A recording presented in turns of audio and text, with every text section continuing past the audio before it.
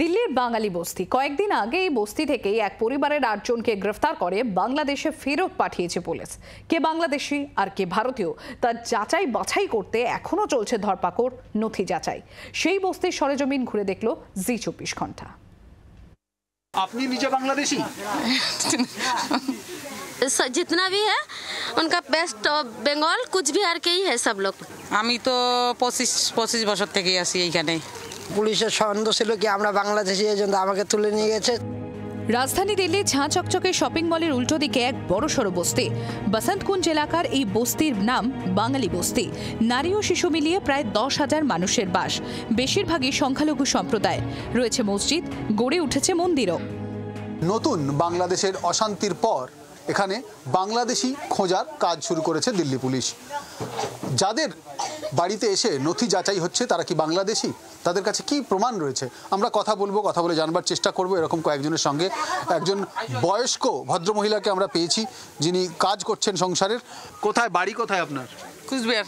কোচবিহারে বাড়ি। তো এখানে বলছে যে অনেক বাংলাদেশি থাকে। আপনি এইখানে কতদিন আছেন? আমরা 15-16 বছর হলাম। আপনি নিজে বাংলাদেশি? सर छोड़ के इतने सारे लोग यहाँ क्यों आ गए हैं? गरीबी में जिसके 4-4 बच्चे 5-5 बच्चे हैं वो कैसे कमा के खिलाएंगे। जैसा हम लोग यहाँ पर बसे हुए हैं, लेकिन हम लोगों का जिला जलपाईगुड़ी है, पोस्ट ऑफिस बानारहाट है, थाना भी बानारहाट ही पड़ता है। বস্তির জমি সরকারি, বসবাসের অযোগ্য পরিবেশ, রাস্তা বলতে কিছুই নেই। নোংরায় ভরা কর্দমাক্ত কাঁচা রাস্তার দুপাশে জঞ্জালের স্তূপ আর ঝুপড়ি। 10x10 একটি ঘরে 8-10 জনের বাস। দিল্লির উপরাজ্যপালের নির্দেশে সম্প্রতি নড়ে চড়ে বসেছে পুলিশ। প্রত্যেকের কাছেই রয়েছে আধার, প্যান কার্ড ও ভোটার আই কার্ড সহ যাবতীয় নথি। এখানে ভোটও দেন তারা। কেউ দাবি করছেন 20 বছর, কেউ বলছেন 30 বছর এই বস্তিতেই রয়েছেন তারা। প্রায় সকলেই দাবি করছেন তারা পশ্চিমবঙ্গের কোচবিহারের বাসিন্দা।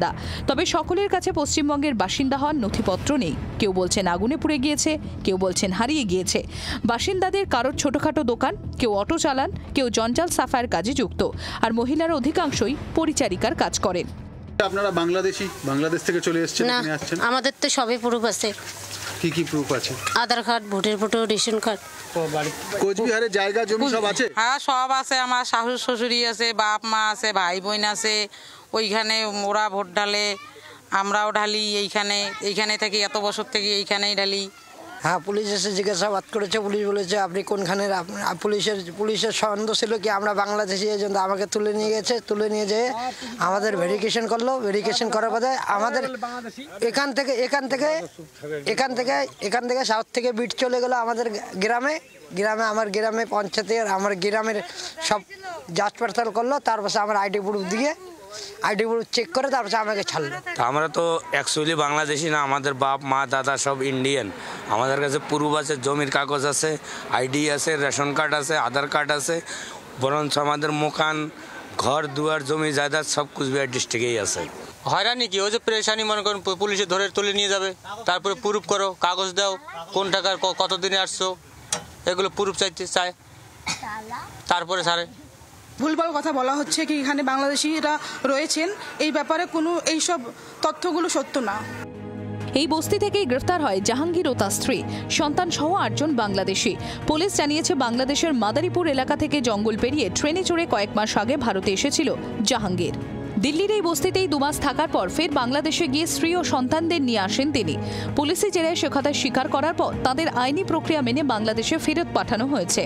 তারপর থেকেই আরও সতর্ক পুলিশ। গত কয়েকদিন এই বস্তিতে এসে প্রত্যেকের নথি ও পরিচয়পত্র যাচাই করছে পুলিশ।